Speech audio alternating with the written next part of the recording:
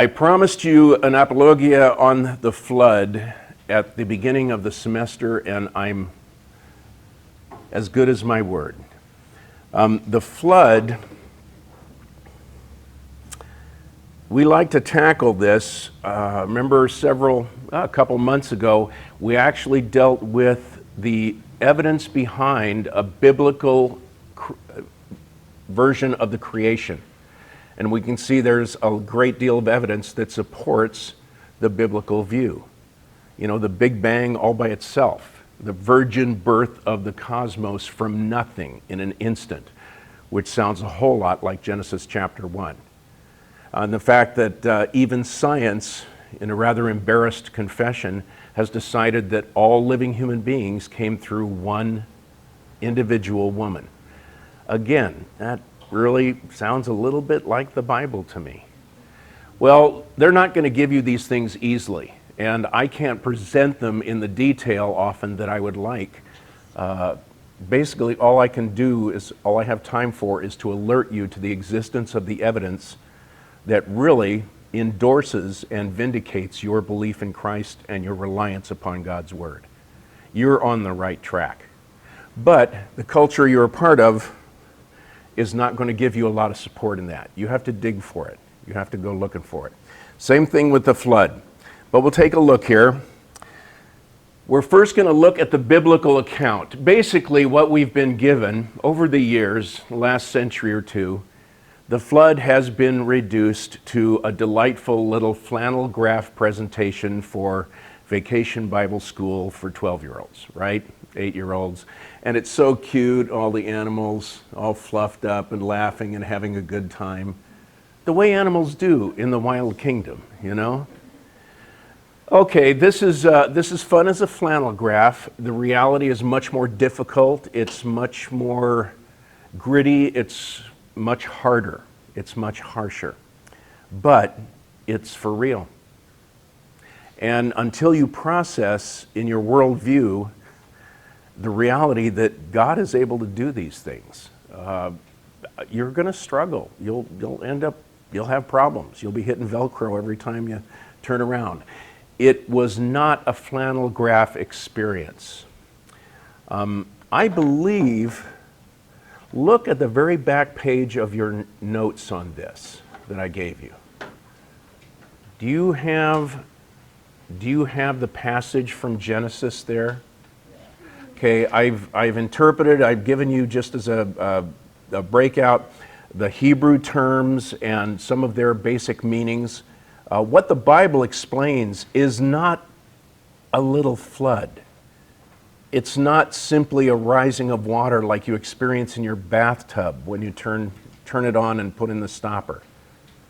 This was a cataclysmic event.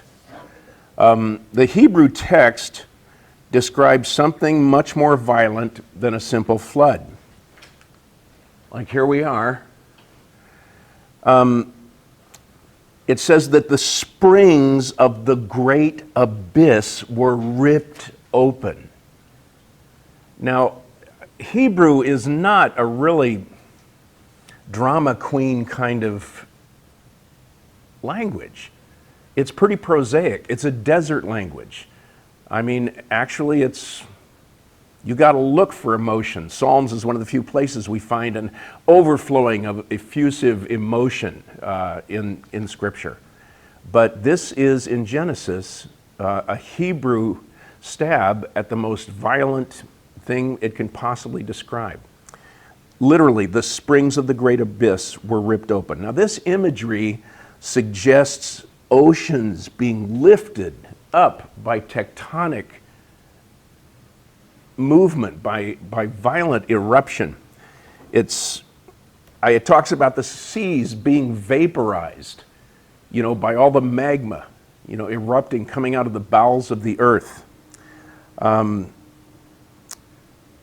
What this could not help but doing is completely altering. I mean, look, I don't know your position on climate change. Obviously, something is going on, whether it's man-driven or simply climate-driven. But we've had just a degree or two in general ambient temperature rising in this last 10 years, say. Okay, look at our fire situation. Look at our drought situation. Look at the bizarreness of the patterns of the polar vortex, hurricane season. Something's going on here. And you guys, this is a tiny change. The fires that came ripping up the Greenway last year, this is all the result of a tiny change. But what's happening here is global and it's huge. It's, you know, meteorologists and scientists try and picture, well, if this were really happening, what they describe are giant weather cells, individual thunderstorm complexes knocking into each other like bumper cars, you know, at the county fair, generating incredible power, lightning and storms, cyclones, water spouts. And here's the poor ark floating around down in the midst of this. It doesn't start immediately that way. You have rain at first and a slow rise, but very quickly, if you go back and read the Genesis account, you are delivered to a real mess of things going on. Actually, you have the water rising for 6 weeks and increasingly becoming racked by really tsunamis. Not just tectonic violence, but 300-foot waves running back and forth between continents, between land masses. It actually went on for about a year. The first drops of rain fell, I think, on Noah's birthday. And he landed and set up the altar to worship God on his birthday the following year. You can check the citations there. But any way you look at it, this was a real thing. And it was way better than Pirates of the Caribbean in terms of adventure. Let's talk, those are the narrative facts. That's Hebrew in the Old Testament describing a cataclysm that it almost is not able to describe.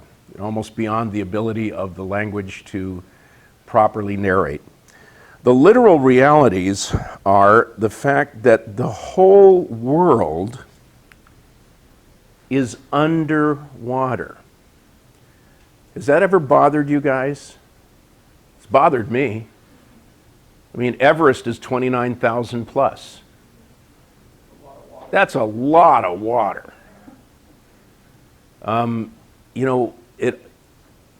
It actually would increase the diameter of the Earth, if you want to look at it that way, by a couple miles. So how do we explain that? Where does that come in? Well, frankly, there is a real good explanation. Everest did not exist at the time of the flood. What we're looking at is, this is the Grand Canyon, layers upon layers. This line at the bottom of the Grand Canyon is called the Great Unconformity, because it's not like any of the layers above it. It is what we call the basement rock. It probably, in all likelihood, represents the level, the general level of bedrock on the planet Earth prior to the flood. They probably didn't have mountains like we know them. They had hills, they had high spots. You'd have local flooding. I mean, it would look a lot like Iowa all over the place. But the nature of the flood itself, the tectonic nature of it, is the mechanism that sets in operation the creation of the heights that we know today as the Andes, the Himalayas, just the towering mountains that we have. And you're going to see why, the forces that were at play there. But the whole Earth really was underwater. There wasn't any land. it was wet. And there's Noah and the ark and all the animals and his family floating around for the better part of a year. Now, towards the end of that year, we probably have the outcome of the tectonic, the continental drift, actually the continental speedboating is what it's going to turn out to be, that creates some of the crashes, some of the conflicts that actually result in uplifting. What we have, the literal realities is the whole earth is underwater, and everything that lived on the earth, I mean everything, bugs, birds, animals, everything that lived on the earth, and actually a great deal of what lived in the ocean was killed by this mechanism. It just, everything on land drowned. And much of what was at sea was simply crushed in this heavy surf, if you will. Very interesting. You guys remember the mosasaur from Jurassic Park? He's the guy that, the guy gets up on the thing and holds the little fish to make the mosasaur jump, and the mosasaur jumps up, and he's about the size of 3 football fields. We find skeletons of the mosasaur in all of the high places of the earth. Now, you've already heard this before. They've got shells up there. They have conch shells and, fish bones. How did that happen? I mean, really, if you think about that, not every place in the earth slowly raised up from seabed containing shells and little microscopic animals, and yet we find guys like this up in the Rockies, up in the Urals, up in the Andes. It's a little bizarre, it's a little puzzling. Well, those are the narrative facts, those are the literal realities of what happened. Let's, to get a better handle on that, explore the physical mechanisms, which I've divided into 3 categories. One is the uplifting itself, just the unpinning of Earth's crust is what's happening. Next is the deposition, which is the settling of the debris and the layers of sediment that followed and that had been torn and scoured up. And 3, what changes this wrought on our atmosphere, on literally the air we breathe and the sky we look at, because it was major and had a major effect on us. Well, let's look at the uplifting first. Global magma displacement destabilizes, and actually, I know I'm dramatizing this a little bit to use this term, but I think it's fair to describe this as liquefying the Earth's crust to a degree. If God himself has his hands on the planet and is doing something of this scale, it's really not much of a stretch to picture him allowing the crust to liquefy. And here's what leads us to believe that. This is happening on such a scale. I mean, you guys have seen pictures of what's under the crust, right? Our crust is like a piece of cardboard. It's not very thick. Now, under us, what we've got maybe 20, 30 miles before things start getting really crazy and we start running into magma. But this is Yellowstone National Park. This is an artist's rendering of what could happen and what likely will happen. There are simply spots in the Earth's crust where there's such a magma chamber underneath creating pressure. That's what drives all the geysers over there, all the hot springs. And it's been going on. The whole thing, the whole Yellowstone Basin is the top of a volcano caldera. Oh boy. I mean, if it really decides to rock and roll and shake and rattle, the violence that would be involved is insane. You guys remember Pangea, right? Got that? Okay. I remember as a 12-year-old, even before that, maybe even as an 8-year-old, looking at the globe, saying, "Whoa, well, that would fit. I wonder if that ever happened." Then going to geology or geography class and learning that once upon a time, millions and millions of years ago, Pangaea was a unified continent, all the land masses. And truthfully, that's all it says in the Bible. God just simply separated the land from the sea. It doesn't really describe, an archipelago of many continents. So we have this, and every secular scientist in the world is going to sign off on this, saying, yeah, this is what we had. The difference in the narrative is the speed with which that happens. This is what we've come to believe in conventional circles. Remember we talked about this a month or two ago? Uniformitarianism, which is also called gradualism, simply means that things do not change that quickly. You know, there are little floods and they lay down a little layer of mud and that hardens and becomes rock, and the rain comes, the gentle rain, and slowly over millions of years erodes things like the river valley. It's simply a choice to view our environment as the product of really long-term processes. Has anybody visited a volcano? Have you ever been caught in an earthquake? Okay, did that feel gentle and gradual to you? Multiply that by 1,000. That could happen like that. I mean,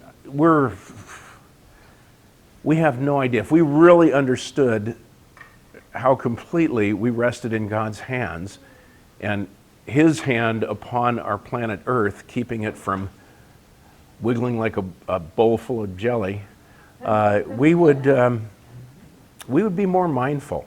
Well, this came into account. One of the things I've given you, the next document in your little carefully stacked pile, is nobody even thought about the Earth being older than a couple 10,000 years until about the time of the American Revolution.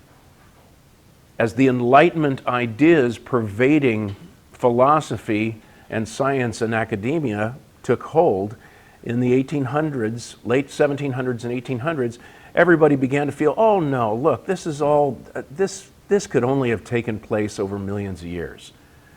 There's not really any corroborative evidence for that. It simply is something they decided to start proposing. And everybody started signing, oh yeah, that's a good idea. And not only that, it gives us enough time to work in Darwin's theory, for evolution. But there was no reason to believe that it was such a lengthy, patient, long-term change. There really isn't. They just decided to do it. So be aware of that, because now that we're locked in lockstep. You turn on PBS, you turn on any National Geographic thing, and evolving over billions and billions of years. And it's just part of the narration that we get in school, on TV, on the internet, and it's bogus. It doesn't fit the model. So just be aware of that. Because what we've actually got, you guys know the Ring of Fire? Okay. It is the boundary of the Pacific Ocean. It's really just a long zipper. And if you take the zipper and begin to unzip it, aside from the fact that you'll be embarrassed if you're on stage, what happens? When you things start falling out. And it can be much worse than embarrassing. It can be catastrophic. And this is part of what happened. When the Bible describes the great abyss being opened up, I don't know if that's what it was, but it's something on that scale. Because here's what we've got. We've got continental drift. Here's the original Pangaea, and over millions and millions of years, they slowly, for some reason we do not know, begin to shape off into Laurasia and Gondwana. I'm not going there. Okay, I'm just not even going to do it. And over millions and millions more years, they shift, and slowly you see India coming away from Australia, headed for Asia at maybe a millimeter every 1,000 years. And it makes progress. We begin to see Africa taking shape here. And poor old Antarctica just gets stuck down in the bottom. Nobody loves her. Okay, and finally, we end up with something reasonably approximating what we have today. Well, there's no reason to think that this took 1 billion years to happen. There's no good reason. This could have happened in a period of 10 months. So, instead of a millimeter every 1,000 years, India is sliding upward at Asia at about 45 miles an hour. Okay, India approaching Asia at closure speed of 82 miles an hour. What's that going to look like? Oh my. Oh my. Bad things happening.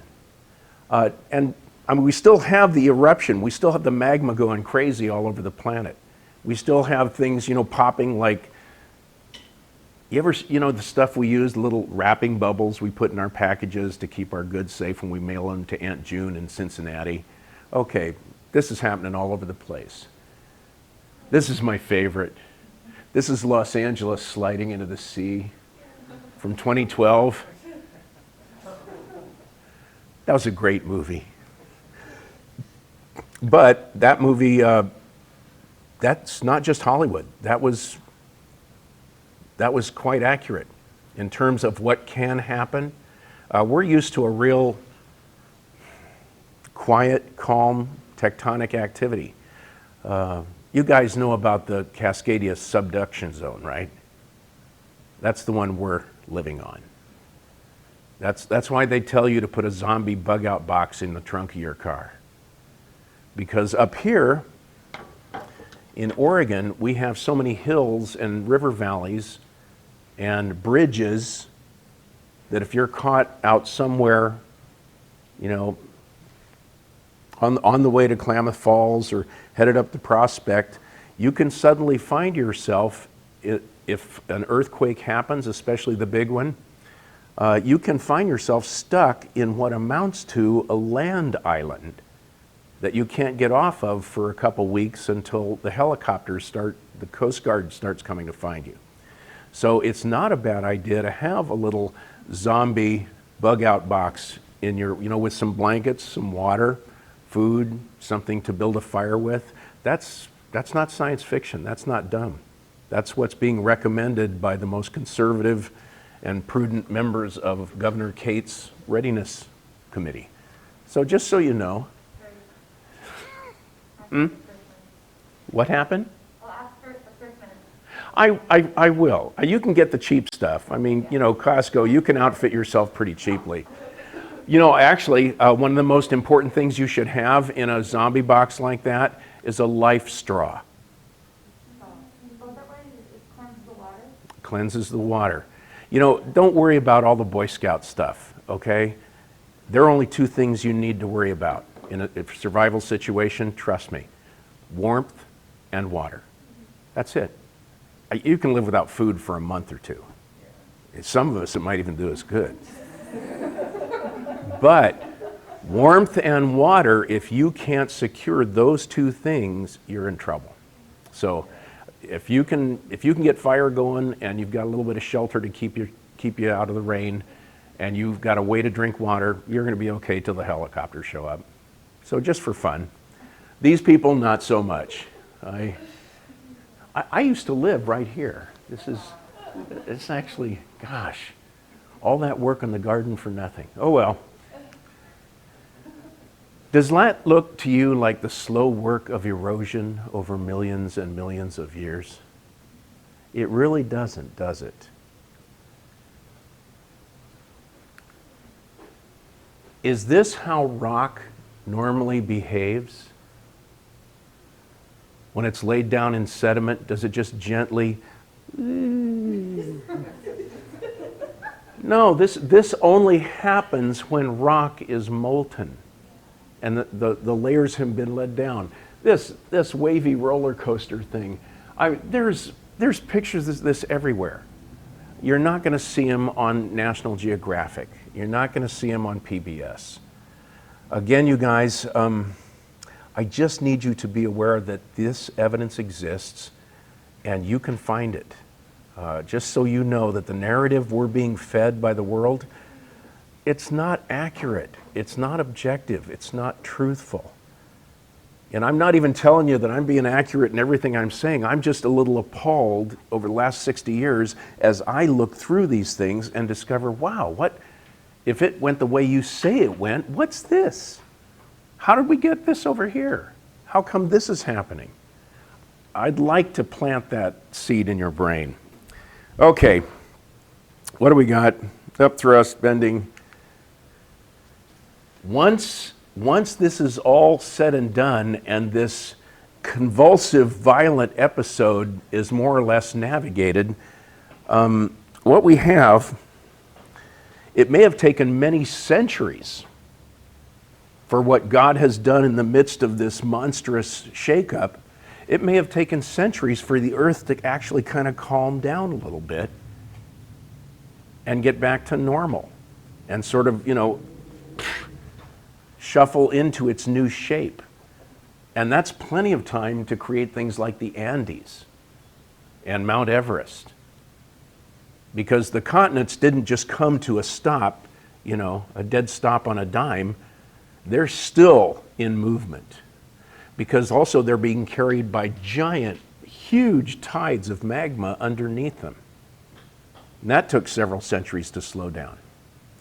If this is a more accurate picture, then we have no trouble picturing the mechanisms that created the mountains that we know of so high.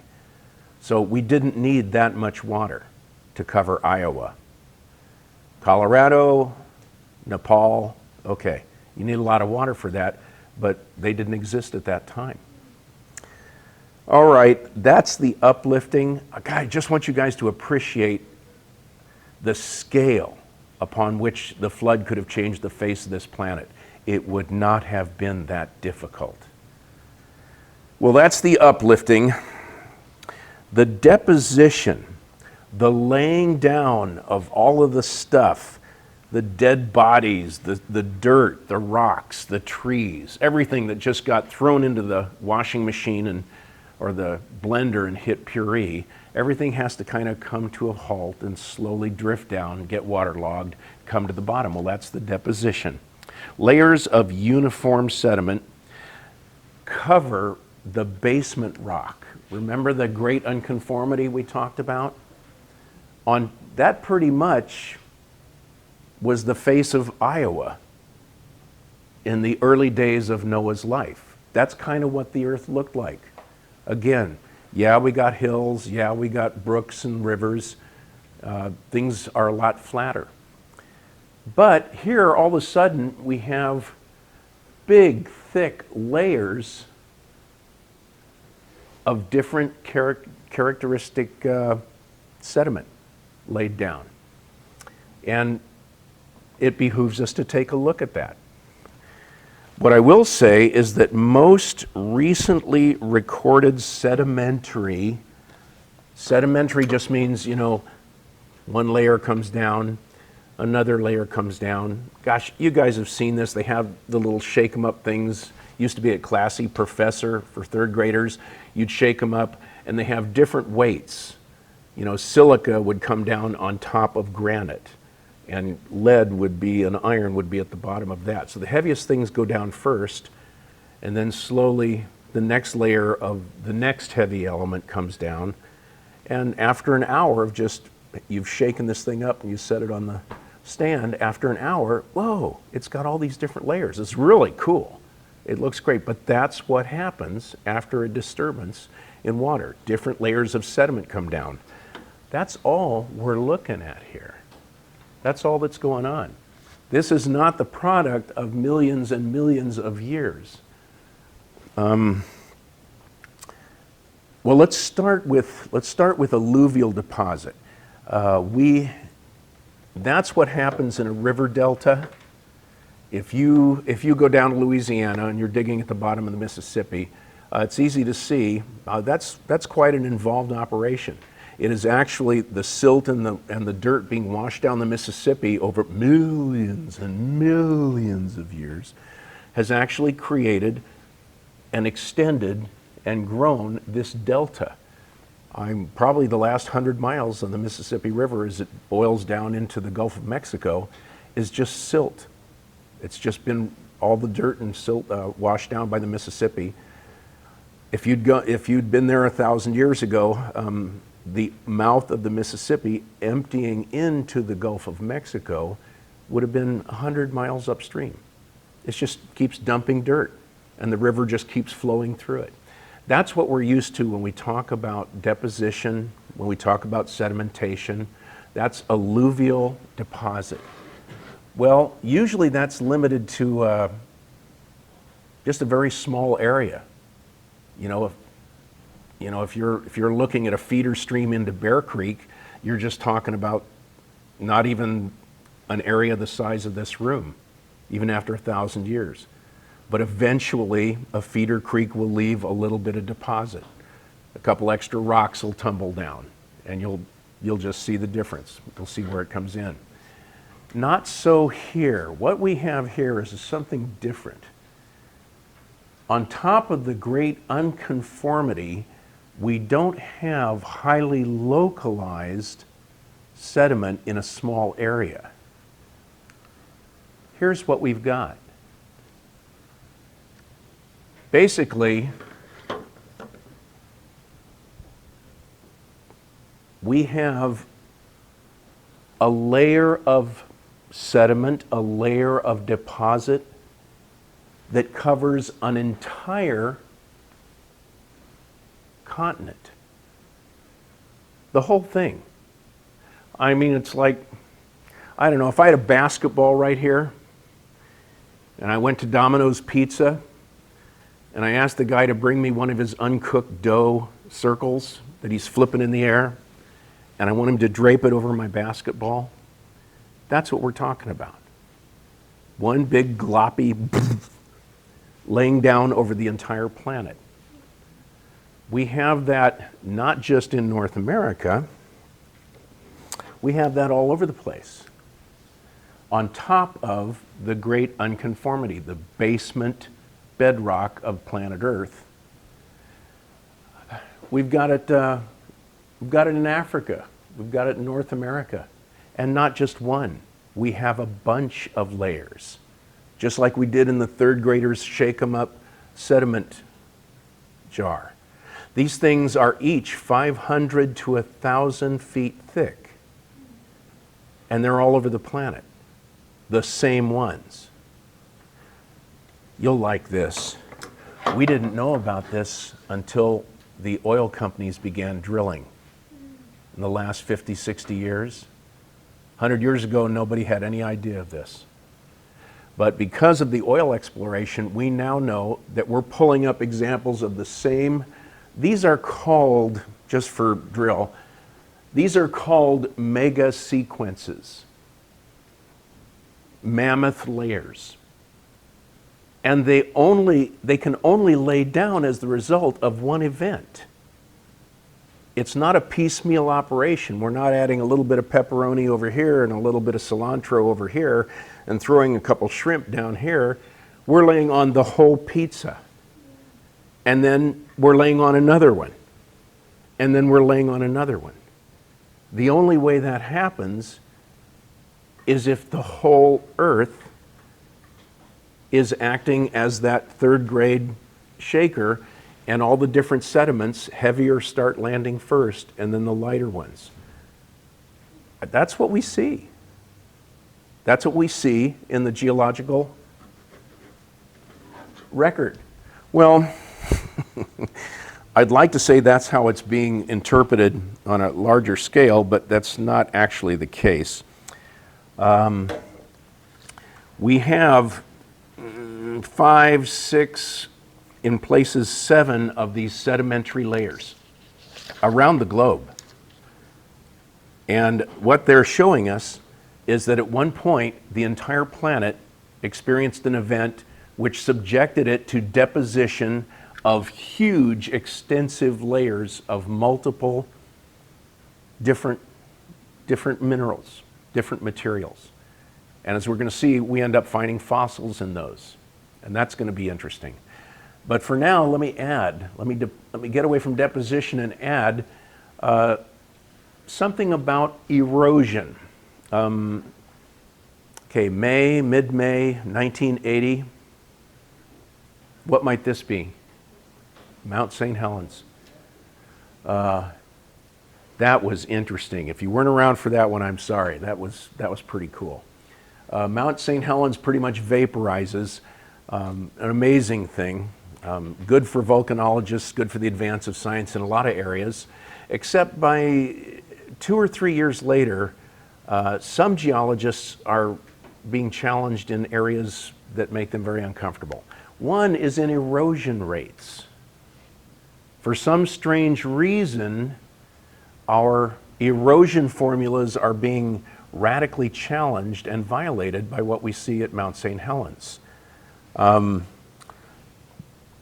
Geology is still in an uproar, by the way. They're still scrambling to find an explanation for the fact that within 2 years, actually after a specifically difficult storm, the St. Helens erosion rate measured in 1982 discovered at one point 150 feet of erosion through volcanic rock within 24 hours. Now wait a minute. That's not the same thing as the steady, careful drip of gentle little raindrops and the slow flowing of the babbling brook through the Grand Canyon over millions and millions of years. What's going on? I mean, what we have at St. Helens is 150 feet of erosion through extruded volcanic pyroclasta and rock. 150 feet. In such a short period, 24 hours, in that case, the Grand Canyon could have been cut in 36 days. Ruh-roh. Even less if it was strictly sedimentary and not extruded volcanic igneous pyroclasta. This is very troubling to the scientists.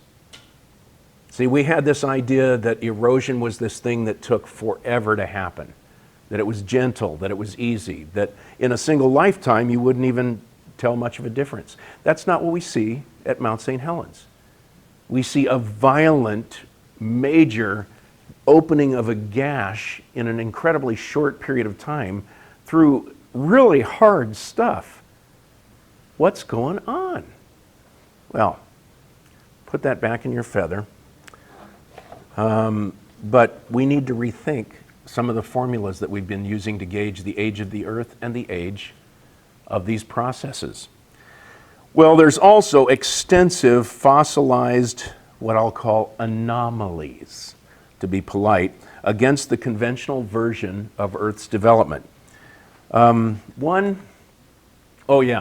the way, we have about 100 million years of expected layers missing. Specifically, the Ordovician and the Silurian periods are missing from the Grand Canyon. That's inconvenient. You know, it just messes up all of our careful little charts, things like that. What we have is what I'm calling eco-correspondent deposition. That is, 94 million years ago. Yeah, okay, all right. This is the Earth as it would appear as the water is rising. Now, at that time, of course, I'm theorizing that all of these continents are still connected, but you can see what's happening. See where the blue is going? What's happening to Kansas and Nebraska? A lot of beachfront property, huh? Okay, well, if you're a buffalo herd in western Nebraska and you're looking over at these newly formed hills to the west and the water's creeping up at your hoofs, what would you start to do you think?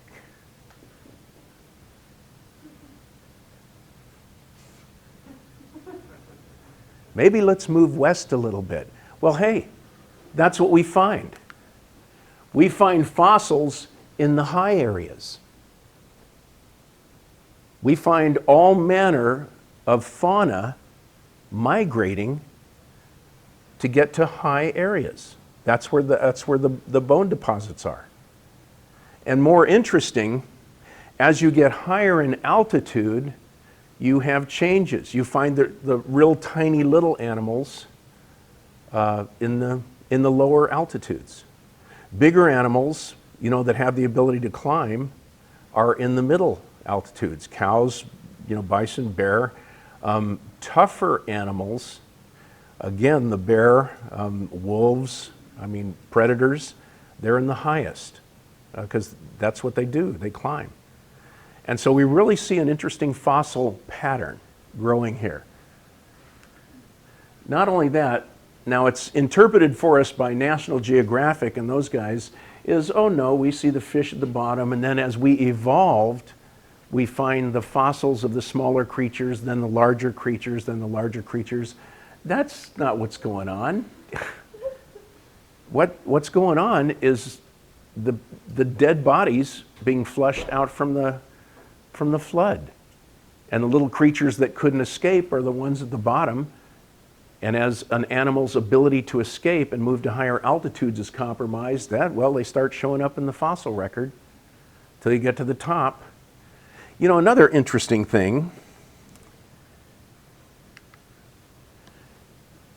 if you guys have a big soup pot and you got some, good potatoes and meat and veggies and stuff like that, where do you dip out to fill your bowl? Where do you ladle to fill your bowl? The bottom. Why? Because all the big stuff is at the bottom. This is what we find when we excavate a fossil bed. Now, if this were just animals getting old and gently laying down and being covered by the sand and the dirt, the big guys would be on top of the little guys. We're not finding that. When we open up a fossil bed, what we find is exactly what you'd find in a stew pot. All the big bones and the big pieces were the first to get stuck down in the lower bits of mud and guck. And as it rose, you get the little pieces floating around and the little bodies. It's not rocket science. Now this is interesting. Did this fellow, might have been a velociraptor, does it look like he got tired and just laid down under a palm tree and went on to the next life? Yeah, it really looks like Godzilla stomped him. Yeah, his pelvis is flattened, his legs go out sideways, and the neck. Yeah, that looks like such a relaxed way to lay down and die, doesn't it? We find these are called in situ discoveries. Basically, they are an animal frozen in an instant, and we find them in situation, in situ. And the situation and posture we find them in tells us a lot about the conditions of their death. This was both violent and instantaneous. Whatever happened here, Pompeii is a great example. Oh man, they won't even show you the worst ones. The ones they show you, the people are all, it must have been terrifying. Well, we find an inordinate number of fossils in this kind of really agonized, violently snapped, horribly distorted postures. This is not a quiet laying down in the desert floor being covered by jungle leaves over time. That's not what's going on here. This guy, he didn't even have time to finish lunch.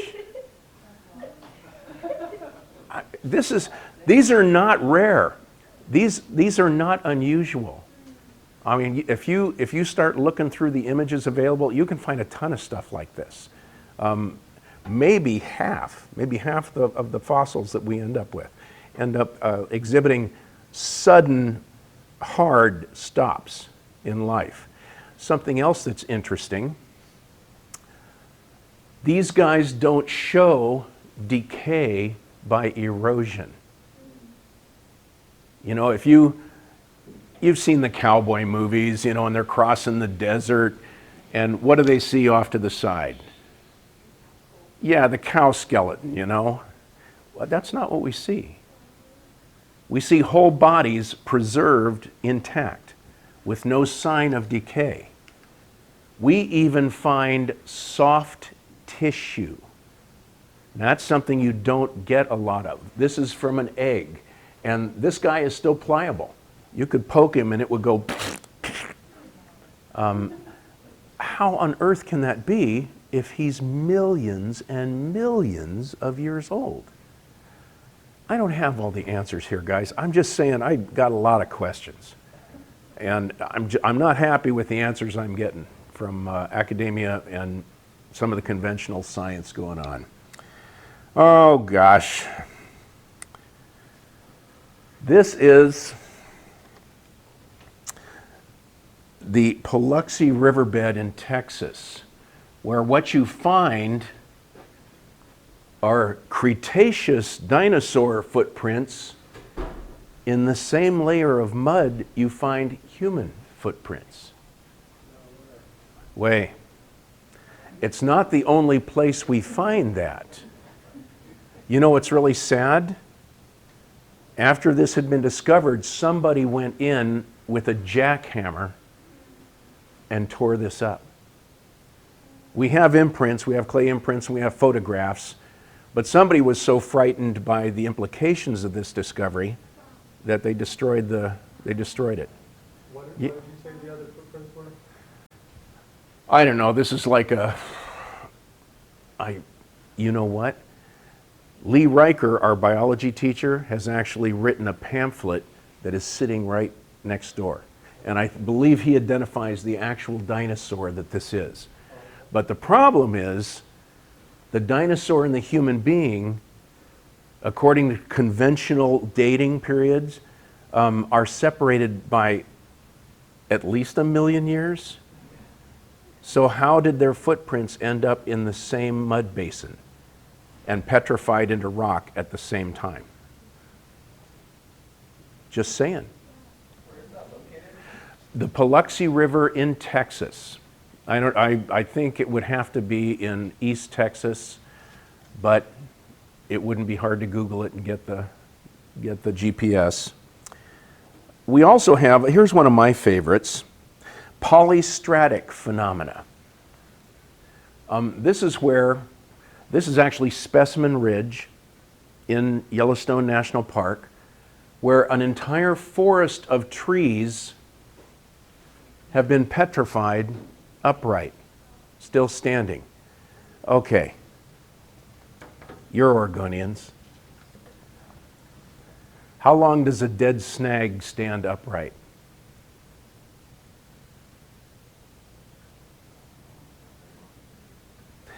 You know, at my folks' cabin at Diamond Lake, I remember an old Doug fir, huge, magnificent tree.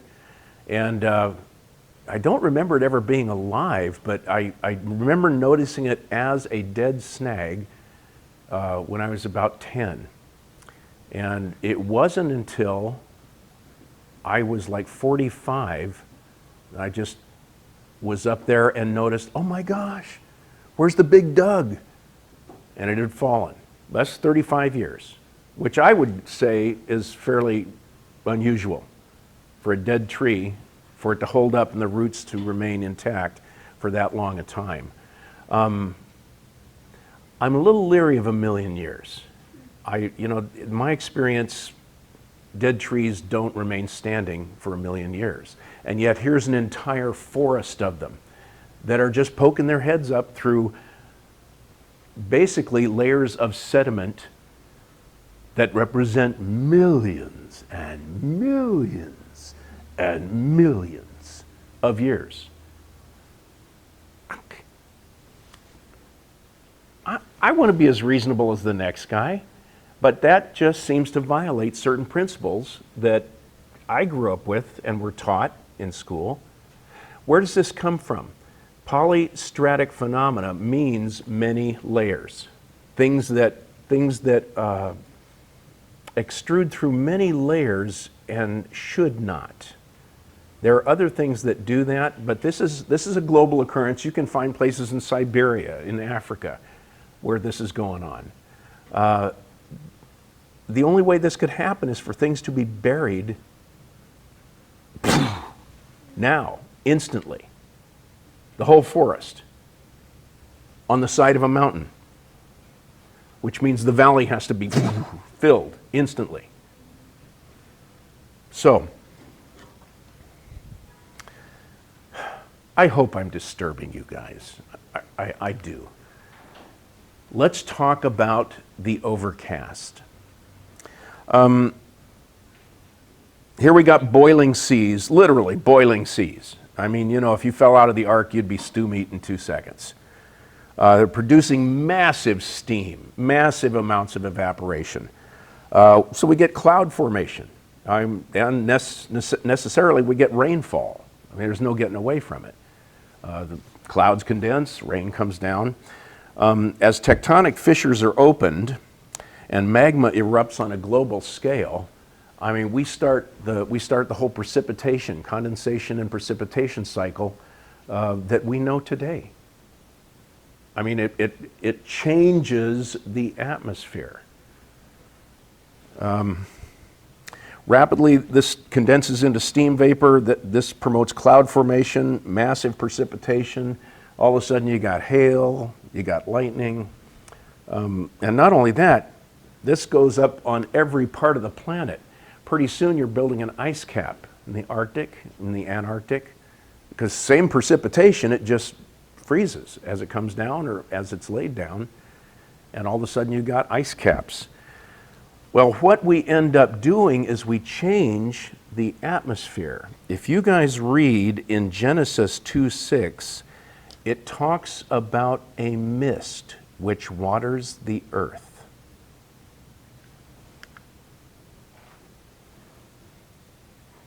That's probably what it looked like for Adam and Eve. It's a mist. They got used to it. It's not cold, it's not ugly, it's not like 90% humidity in Alabama or anything. It's gentle. It feeds everything, it moisturizes everything, it waters everything. How else could we be living 900 years? I mean, our gene pool is still fresh, it's still good, but when this changes, all of a sudden, talk about Jan's tanning salon, I mean, all of a sudden, it's UV City. We're being bombarded with massive ultraviolet radiation. You know, if you're down in the sub-Saharas, well, all of a sudden you do some little microevolution and develop a lot of melanin in your skin and become darker because it protects you. But ultimately, you're dead after 80 years instead of 900. Joe? Is this like the idea of the canopy theory? That there's like people say the firmament or water. Mm-hmm. It's just like gone, and then that's why, that's what you're explaining. It could take any of 1,000 different shapes, but ultimately, yeah, I think you had stasis.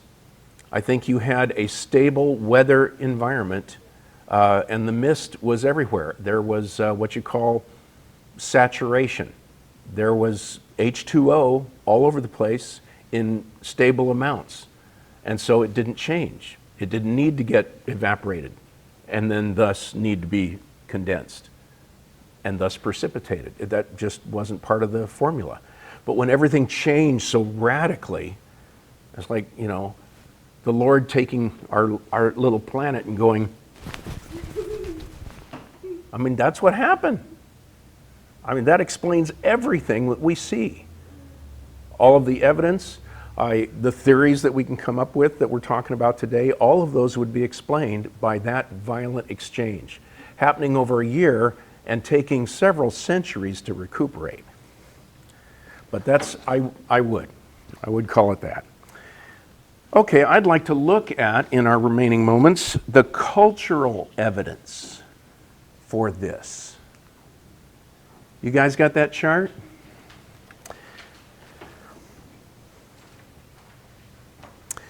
"270 separate cultures across the entire globe record a catastrophic and ancient flood narrative. China, Japan, Hawaii, Latin America, North America, Russia, Polynesia, you name it. Every culture on the earth basically has a connection to an ancient flood narrative.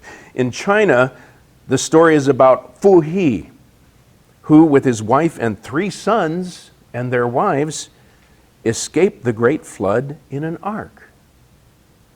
What a coincidence, you know, that they would have a story like that.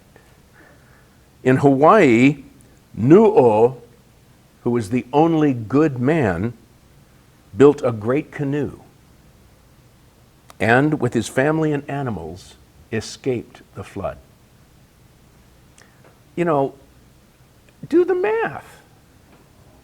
270 cultures plus the entire planet, everywhere on the entire planet, everybody has this story. How could that possibly be? Okay, this is from research by Dwayne Gish, PhD. I'm sure you can look him up. A lot of interesting stuff here. I'd like to draw your attention to the Middle East, to the oldest civilization we know about, the city of Uruk. Now, this is located 200 miles southeast of modern Baghdad.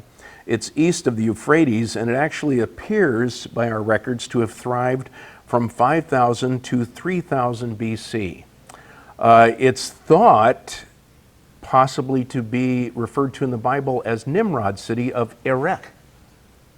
Uruk, Erech, maybe. The timing is right. Sadly, Uruk disappeared under massive layers of flood sediment, which is odd. And later Sumerian king lists record several antediluvian, which means pre-flood, antediluvian kings, but there's really no evidence beyond the list itself. We don't have a great deal of stuff left over from that period, although we do have a lot of potter's wheels, a lot of cuneiform cylinders that we find here and there that we can dig up. Why would that be?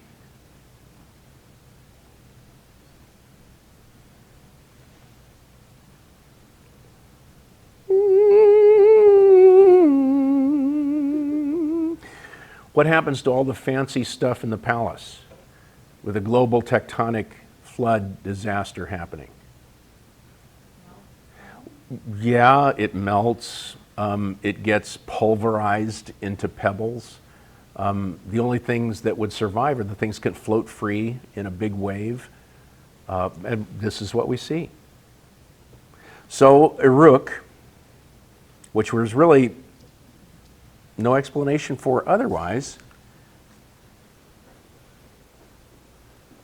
Here's Uruk. It just disappears under a flood. We discover it millennia later. And this is all we can discover. We dig down far enough, we find the old foundations.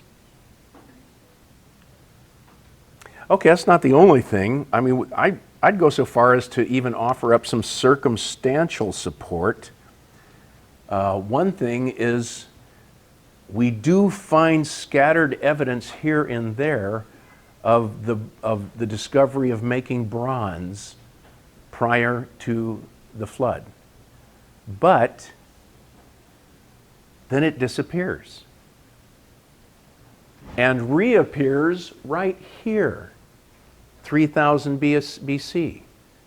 And from this area, the Middle East, the Levant, which seems to include Mount Ararat, it seems to spread to Europe and to the east. So the simultaneity, the rediscovery, if you will, of bronze casting dates from this time. So it also has the general cultural collapse that this implies. And again, the only real civilized artifacts that we are able to discover prior to this time are things like cave paintings or things that are hidden in tombs and sealed rock coverages. Again, why would these survive?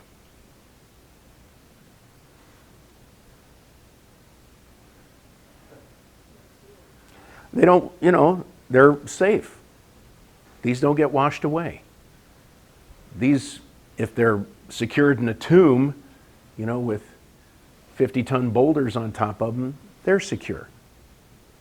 So these are the only things really we find from these times.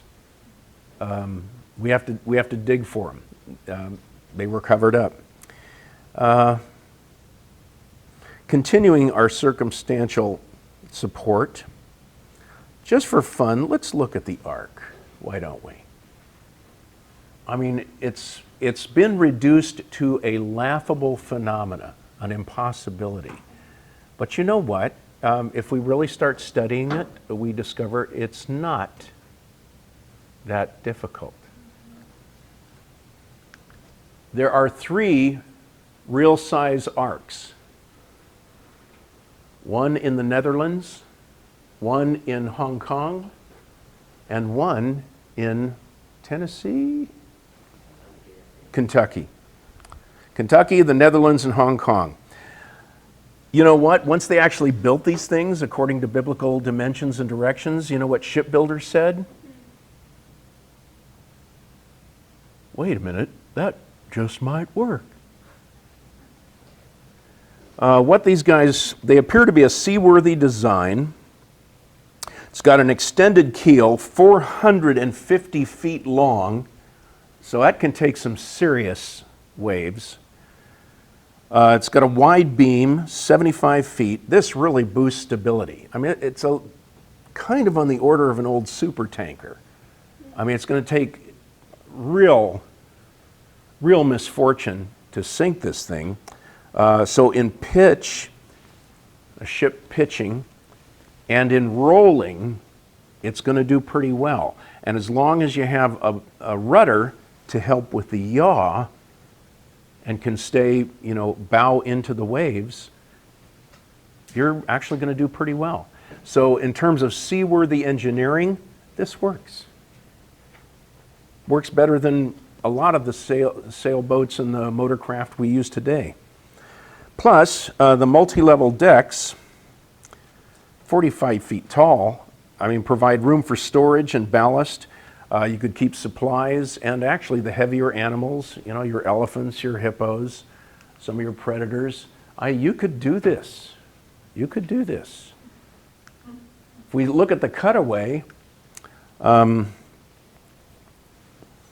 most animal species, if you really list this out, most animal species on the planet are smaller than dogs. There just aren't that many that are big, beefy that you go to the San Diego Zoo to check out. There's room for them down below, but everybody else you could really jam up in some of these upper decks.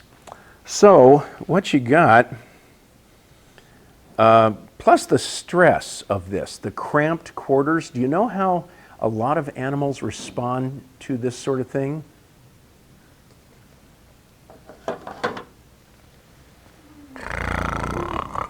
They hibernate. They go to sleep.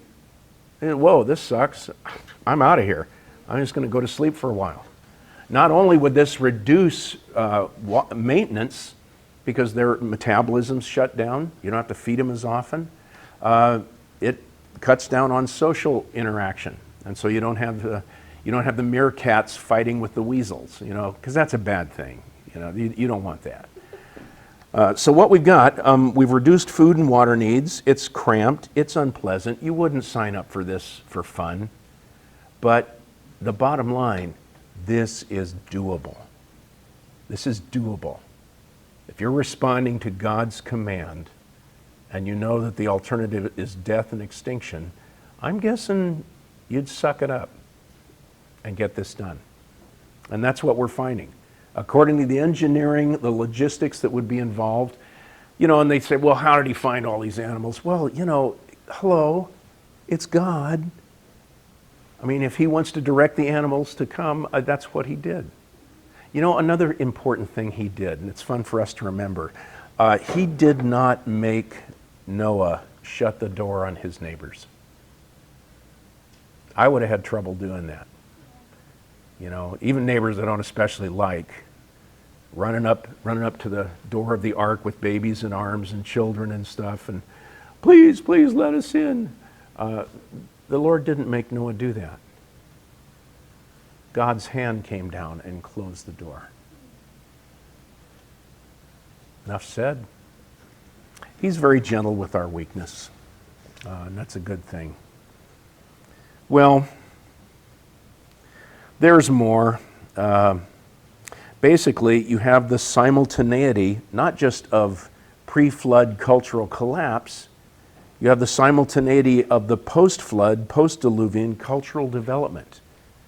All of the most ancient cultures we know about, other than Uruk, start about 3000 BC. I mean, Sumer, Egypt, the Indus Valley, Karl Supe in Peru. I didn't even know about this place. But all of these simultaneously show up around 3000 BC or shortly thereafter, and exist today. You can find ruins of these today. A lot of the monumental structures. There are a couple. I think the ruins, the Neolithic ruins in Malta, date to pre-flood times, and they're still there, I think. I wish we'd looked when we went to Malta, Isla. But most of them all appear very quickly after 3000. The ones you know about, the Giza pyramids, Stonehenge, a whole bunch of them. Here's another interesting thing. If you get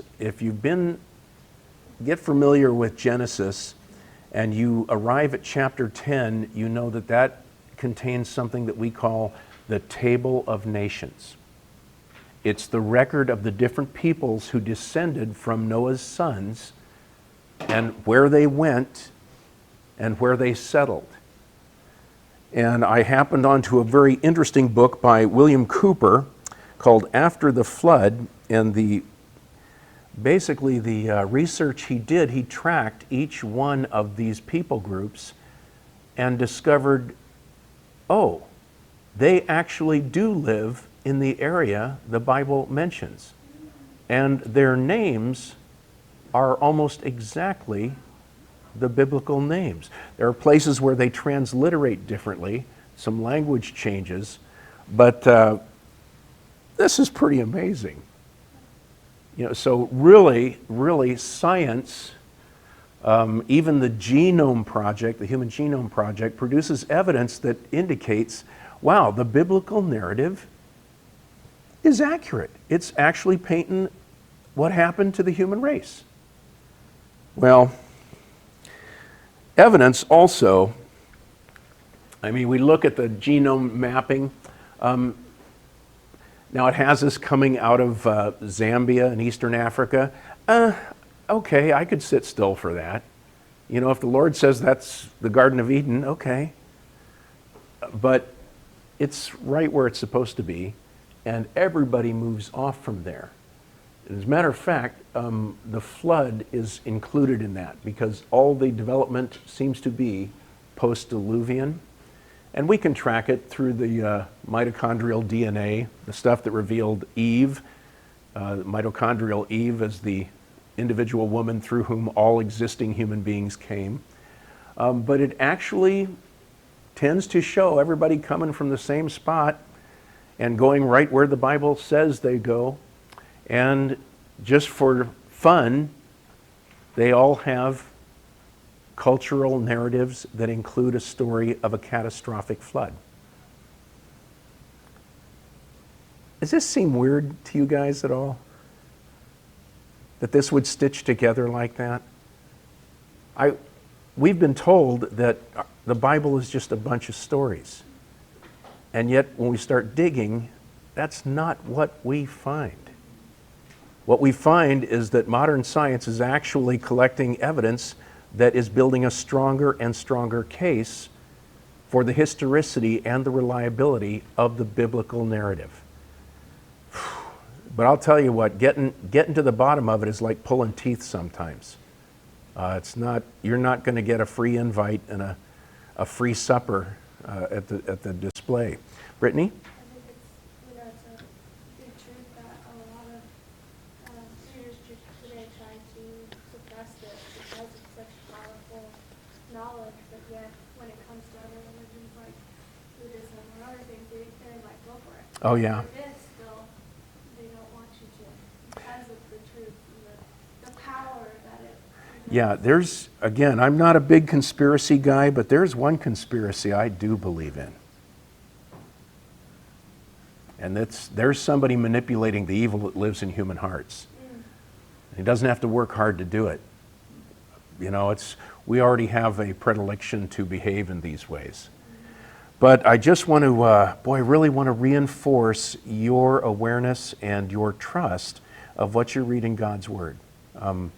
Man, if it weren't true, where would all this be coming from? Why?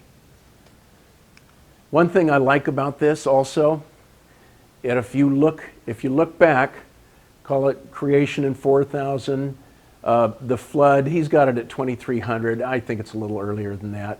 There's actually enough time left over to repopulate at a 2.5% increase.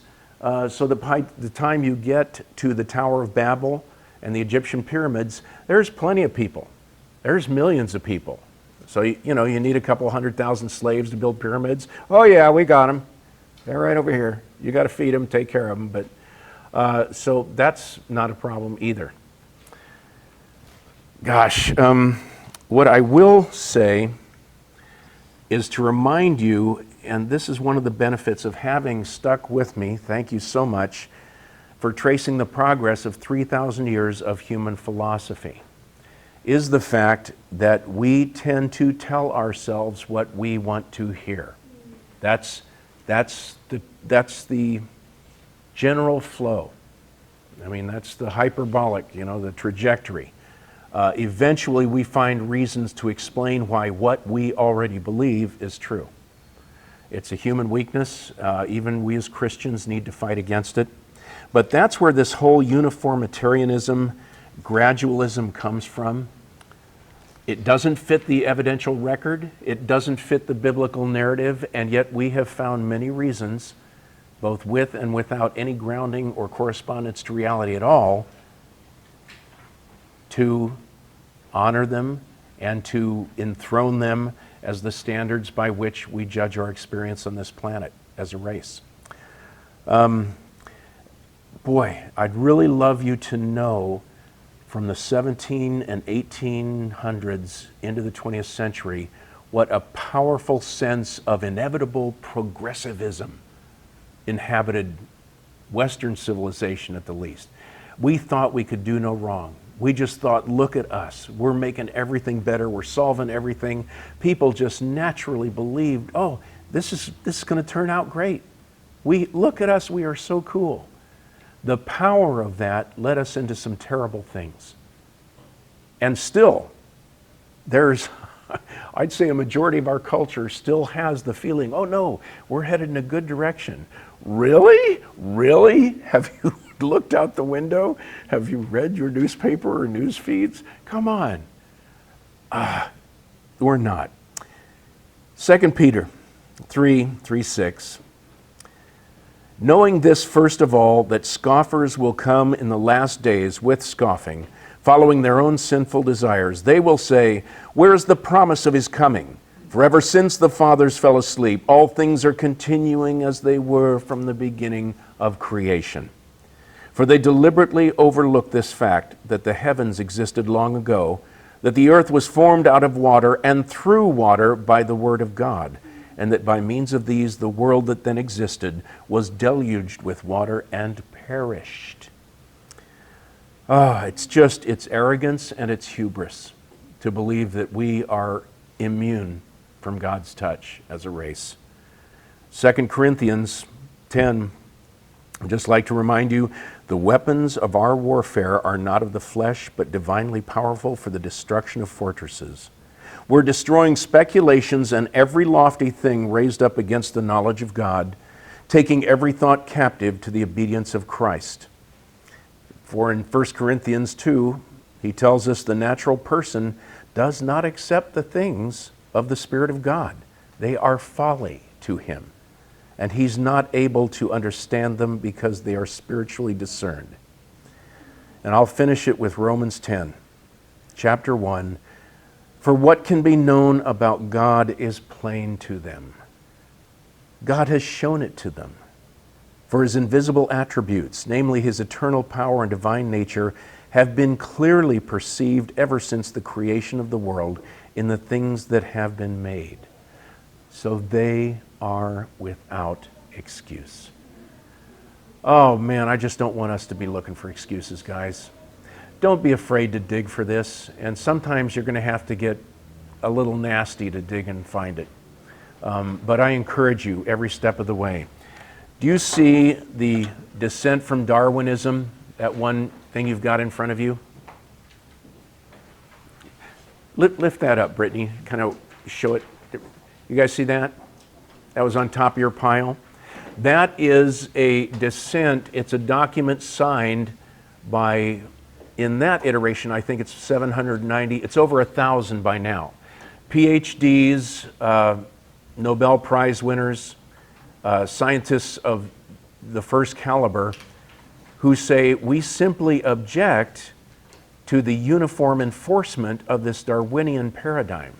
We want the freedom to follow the facts and the evidence as we find them. Now, please realize if you're a scientist or a teacher and you sign your name to this document, it's like a suicide note.